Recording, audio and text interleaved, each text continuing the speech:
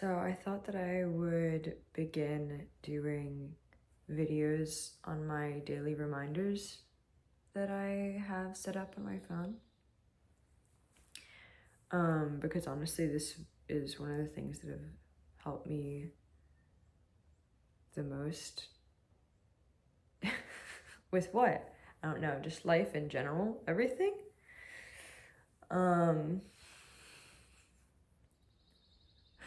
I would highly recommend the practice. Literally, just every time that I find a quote or just some words that I really like that make me feel something, that make me feel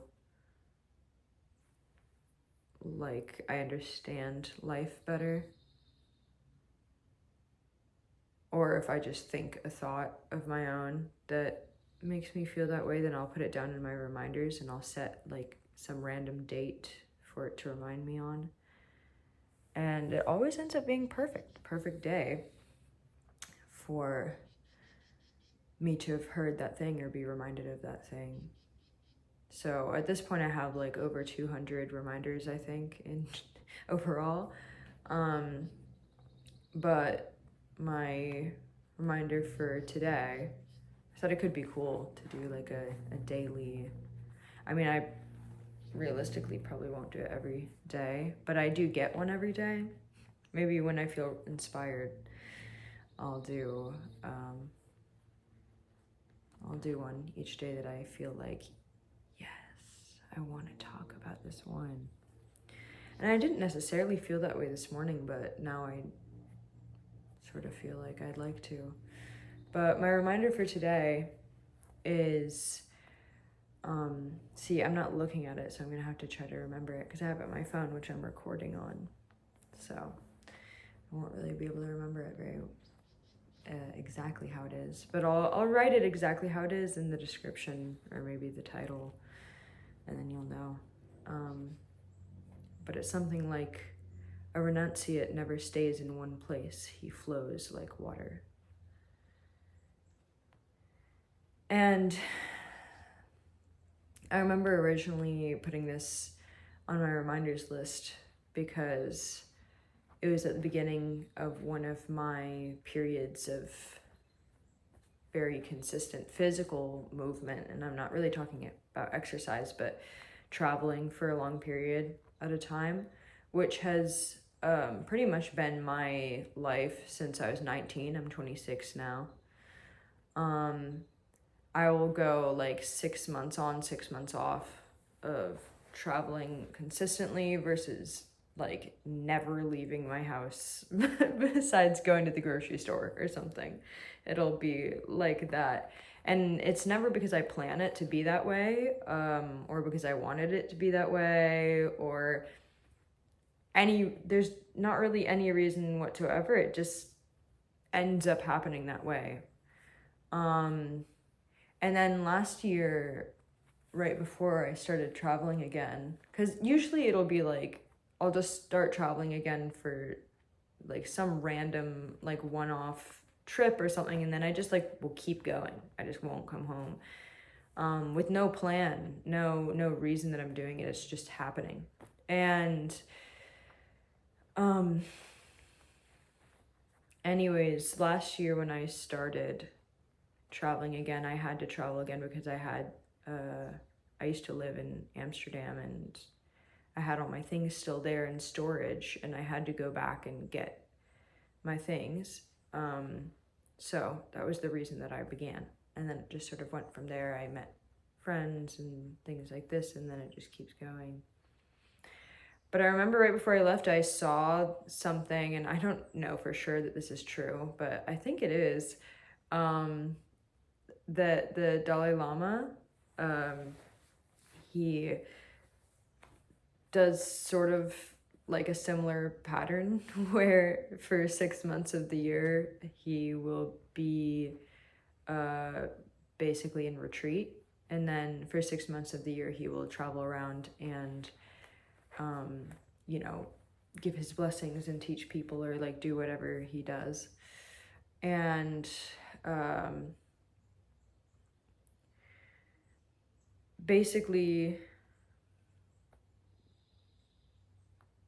when it comes to the term renunciate, I feel like a lot of us think of renunciation like a monk, going to live in a cave, and he's renounced sex and he's renounced any pleasures, and I don't think that that's what renunciate was ever meant to mean exactly. I mean, I think that that is a good stepping stone towards true renunciation. And for a lot of people, they need that for a while, sort of like somebody needs training wheels before they know how to ride a bike by themselves. But after a while of, I don't know, what I have experienced and what I have heard others experience, who are people who I would see as pretty free, I guess you could say. Renunciation is not something that you can force. Like real renunciation, you can practice renunciation, but it's not really real renunciation until those things just sort of fall away on their own accord. Like after some time of just going through the cycles of, I want something, oh now I got the thing, oh now I don't really care about it anymore, oh now I'll let it go, oh I want something again, oh I can't get it this time, what the heck, and now I'm all upset, and eventually I lose interest anyways. Oh, I want something, but now it was taken from me, and now I'm so sad. And then over time, I get through it. Now I want something again, and it's just like the cycles of that over and over and over and over. And eventually you just realize nothing ever sticks and nothing ever will. And you just sort of get,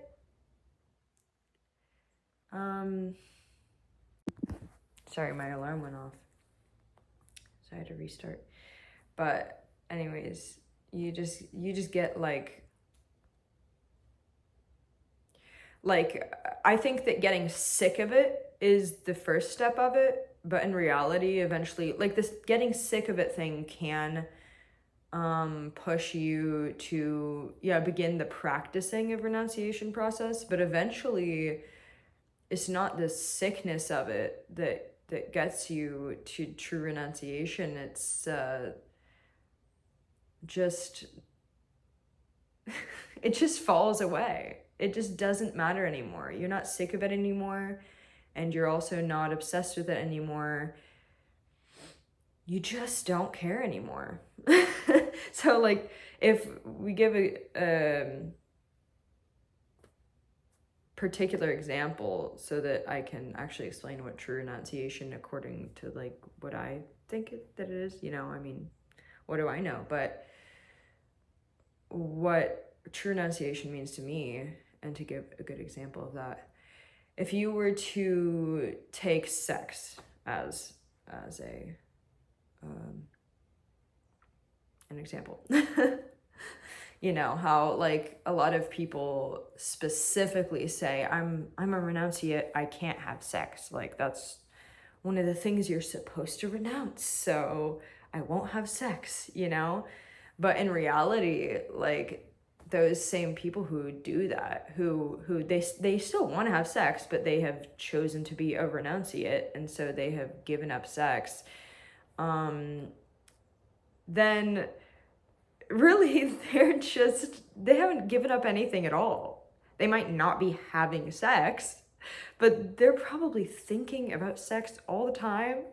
They're like way more horny than anyone else. They feel like something was taken from them. They eventually feel resentful. I mean, this isn't like everyone, but I'd say this is much more common than 50%. And it might not be like resentful in a way that you are so actively aware of it being resentment that you feel, but you just feel this constant like underlying subconscious level of shame and guilt and like, you know, why did I think of it? Oh, I thought of it again. Oh no, I masturbated. Oh no, I messed up, you know, or whatever. Like that's not renunciation. That's just sex now taking on a different form.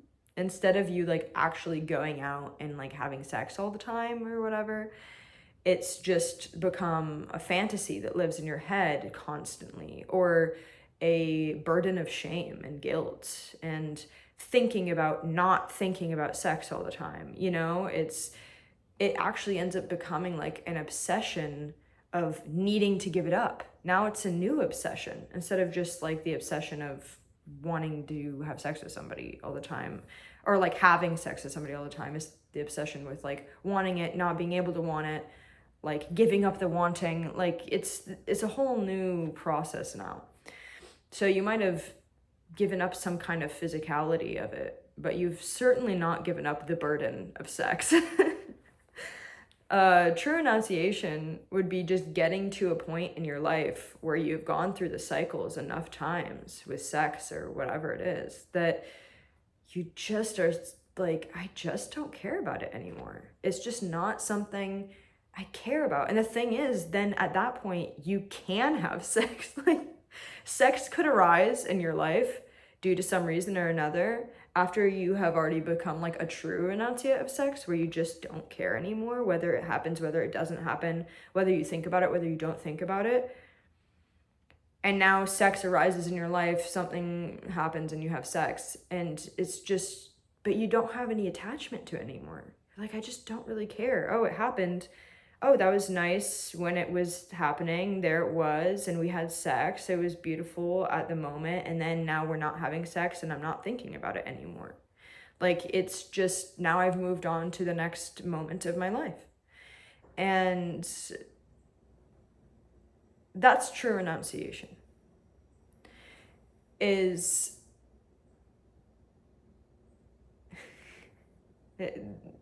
the thing, whatever it is, anything, everything, is no longer a burden on the mind.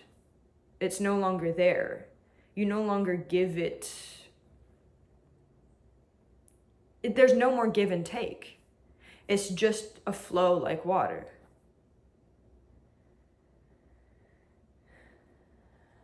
There's nothing left to hold on to. And, you know, it's not that you don't care anymore. There's a big difference between like, I don't care, you know, like this nihilistic view, nothing matters. Like, it's so much different than that. Because that nihilistic view is like, oh, why even have sex? Who cares? I don't care. Nothing matters. Sex is stupid. You know, like that's also another form of attachment.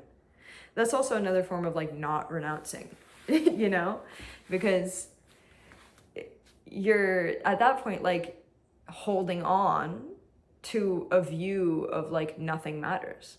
But like true renunciation, there's no nothing matters either. If sex arises, you can quite enjoy it. Like, it's there and it's beautiful. It's a moment that's happening and arising, but it's just like any other moment that's happening and arising. You can be there and you can enjoy it and you can see it and you can be with it.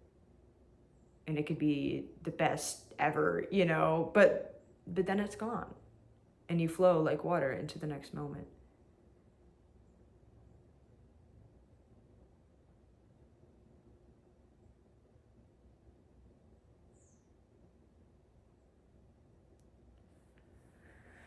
Anyways, so I thought of that a lot, I think last year, yeah, when I was actively traveling. And what was interesting is I ended up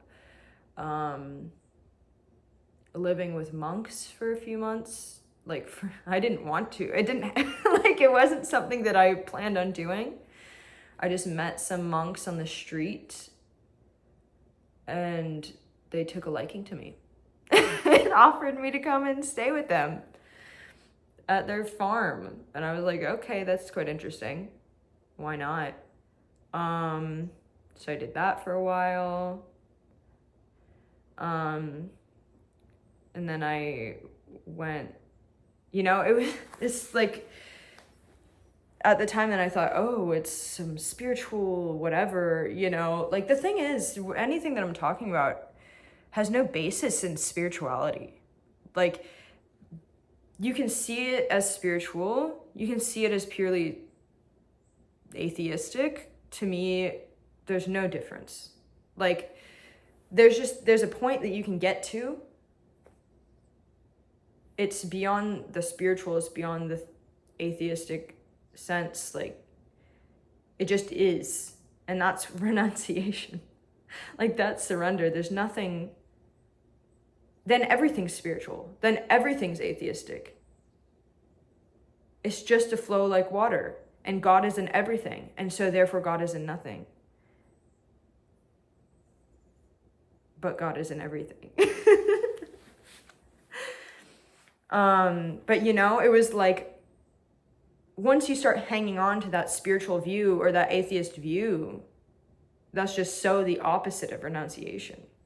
So I was with these monks, and it was so interesting because my whole life, I always thought it would be so interesting to like become a monk or a nun, I guess, or live with monks for a while. And then it just happened, like, out of nowhere. And then I realized, you know, like, I had idealized it my whole life. I thought, wow, and they're so spiritually advanced and blah, blah, blah, all this stuff. And then it happened, and I was just like, oh, these renunciate monks are the most attached people I've ever met in my life. Like, you know, a woman can't even come into the kitchen, otherwise the food will be tainted by the energy. You know, like, they're so attached to all these different ideas and the ways things have to be, that's why I explained it at the beginning as, like, in reality, that's, you're practicing renunciation, but that's like the training wheels. Like, people who become monks, I feel like they're actually quite at the, what you could call the beginnings of some kind of journey, because they need those blinders to be put onto them in order to gain some kind of discipline that they're wanting to gain. But a lot of times what's sad is it ends up backfiring, which I saw with most of the monks, that they just become even more attached then to the rituals and rites and the ways that you have to do things, the procedures, the particularities of how things have to run, or else it's tainted, or else the energy's off, or else the vibe's off, or else the whatever, it's wrong, and the karma and the implications, and you know, and so they're so rigid, absolutely opposite of water. So deeply the opposite of flowing like water. But the solidness of that practice is also extremely important in a totally different way. It's just different, but it's just ironic, like, at the same time. And so that was interesting. Like, I was with them for a while, and through talking to a lot of them, I learned so much about myself, and they learned so much about themselves through our conversations. And then when I left the farm, out of nowhere, also did not plan for this at all. And I was sort of like, I was enjoying moving with that, I guess, yeah, you would say, like, an overtly spiritual crowd, even though I just don't really think there's a difference between the spiritual and the non-spiritual, whatever. But if you were to, you know, look at it from the outside, it's like, those are the spiritual people. So I was enjoying that. And then, yeah, out of nowhere, my friend from the United States just so happened to be where I was in another country. Like, just so happened to be there on the exact day I was there. And he was only going to be there for one day, and I was only there for that one day. And it was, like, so insane. that we both happened to be there at the same time. He invited me to come with him somewhere else, and then I ended up going with him and his friend, and going from this like sort of strict and rigid spiritualized scene directly going into a really like just so deeply the opposite. Like, I'm hanging out now just with people that are really worldly, I guess you could say. It's very like drinking every night, doing drugs, going out to bars, sex, like this like very worldly material moment, not that it really matters, but I'm sober in general, but I was around that, but and I thought to myself like, oh, now that I'm being around all this, like I'm gonna lose this, what I saw at the time as like this spiritual progress of like, it was so special that I was around all those spiritual people all the time. And even though I didn't really like their lifestyle, or like it didn't vibe with me, I still found it to be like a really beautiful moment that was happening. And I wanted to stay in it, which is the opposite of flowing like water. But then I just let myself flow into what was now happening. And I realized I didn't lose any of that momentum at all. I didn't lose any of the spiritual momentum or whatever. I didn't lose any of it. There it was still. It was in everything. I found no difference. I felt the same inside. I learned the same things. I learned the same lessons. Oh, you're with monks, and so you think that it's like all this spiritual stuff, but the lessons are the exact same. The lessons all come down to devotion, surrender, perseverance, whatever, all kinds of other things, but they all come down to the same stuff at the end of it all. Whether you're out in the world partying every day, or whether you're living with monks, the lessons are the same.